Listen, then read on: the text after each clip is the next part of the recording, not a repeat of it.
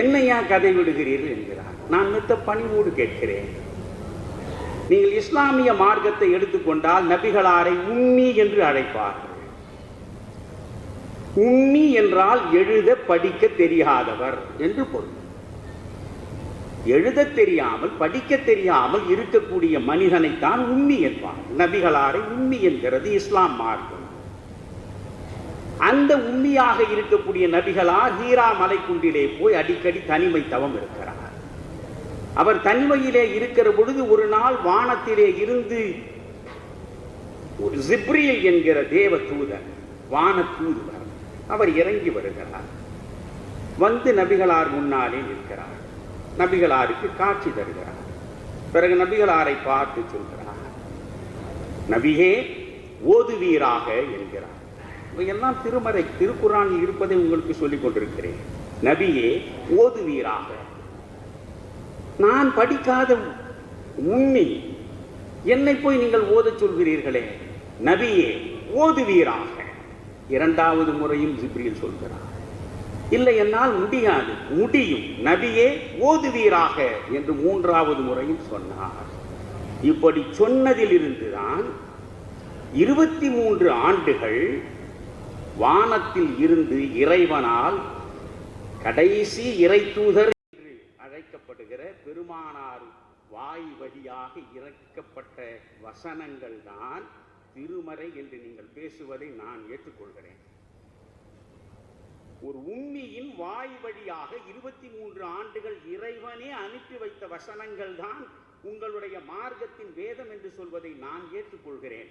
இதை நம்புகிற நீங்கள் காற்றின் வழியாக அந்த முனிஸ்ரேஷ்டர்களின் காதுகளில் விழுந்து அனுபூதியாக வெளியே வந்தவைதான் வேதங்கள் என்று சொன்னால் அதை மட்டும் ஏன் ஏற்க மறுக்கிறீர்கள்? ஏன் ஏற்க மறுக்கிறீர்கள்? புராணங்களில் நம்ப முடியாதவை எவ்வளவோ இருக்கின்றன இந்து சமயத்தில் என்கிறீர்கள். கன்னி மேரிக்கு மகனாக பிறந்தார் கர்த்தர் என்று நம்பினால்தான் நீ கிறித்துவன். கன்னி மேரிக்கு எப்படி ஒரு மகன் பிறக்க முடியும் என்று நீ கேள்வி கேட்டால் அந்த கணத்திலேயே நீ கிறித்துவனாக இருக்க முடியாது. கடலின் மீது அப்படியே நடந்தார் கர்த்தர் என்று பைபிள் பேசுகிறதே, அதை நம்பினால்தான் நீ கிறித்துவன். கடலின் மீது ஒருவன் எப்படி நடக்க முடியும் என்று கேள்வி கேட்டால் நீ கிறித்துவனாக இருக்க முடியாது. நான் அதைத்தான் சொன்னேன். கர்த்தர் போகிறார், அவருக்கு பின்னாலேயே பெருங்கூட்டம் திரண்டு செல்கிறது. ஒரு பாலை பெருவெளி, அந்தி நேரம், அத்துணை பேரும் பசியில் துடிக்கிறார்கள். சீடர்கள் வந்து கர்த்தரிடம் சொல்கிறார்கள், ஆயிரக்கணக்கில் மக்கள் கூடியிருக்கிறார்கள், பசியாற்றுவதற்கு என்ன செய்வதென்று தெரியவில்லை. எங்களிடம் 5 அப்பங்களும் கொஞ்சம் மீனும் இருக்கின்றன, இவற்றை கொண்டு எப்படி அனைவருக்கும் பசியாற்றுவது என்று சீடர்கள் கேட்கிறார்கள். உடனே கர்த்தர் அதை இப்படி கொடு என்கிறார். வாங்கினார். அப்படியே அதை வாங்கி விழிகளை உயர்த்தி வானத்தை பார்க்கிறார். வானத்தை பார்த்து இறைவனை போற்றுகிறார்.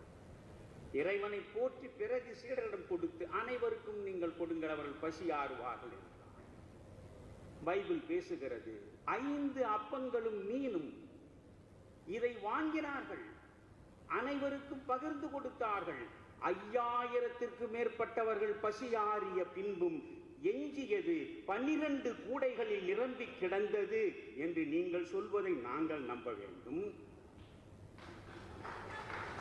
நான் நம்புகிறேன்.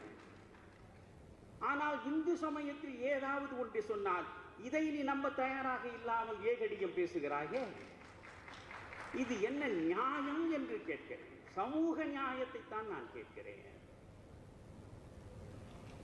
யோசியுங்கள்.